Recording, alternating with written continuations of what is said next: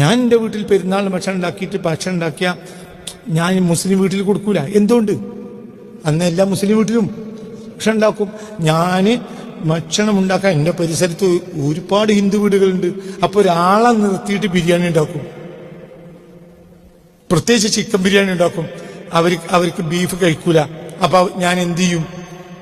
കുറച്ചൊക്കെ ബീഫ് കഴിക്കുന്നവരുണ്ടെങ്കിലും ഭൂരിപക്ഷം ബീഫ് കഴിക്കാത്തവരാണ്. അപ്പൊ ഞാൻ എല്ലാ പെരുന്നാൾക്കും, ഈ പെരുന്നാളടക്കം, എന്റെ പരിസരത്തുള്ള ഒരു കുക്കിനെ ഏൽപ്പിച്ചിട്ട് എന്ത് ചെയ്യും?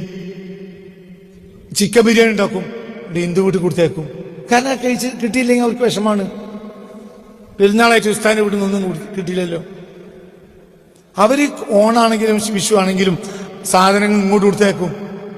ഉസ്താദിന് എന്തെങ്കിലും കൊടുക്കണം, പായസമായിട്ടും അടപ്രഥമനായിട്ടും ഇങ്ങനെ പല സാധനം ഉണ്ടാക്കി അവർ എൻ്റെ അടുത്ത് കൊടുത്തേക്കും. ഞാനെൻ്റെ കുട്ടികൾ കഴിക്കും. കാരണം അവര് നമ്മളൊക്കെ അവർക്കൊരു വിശ്വാസം ഉണ്ടല്ലോ.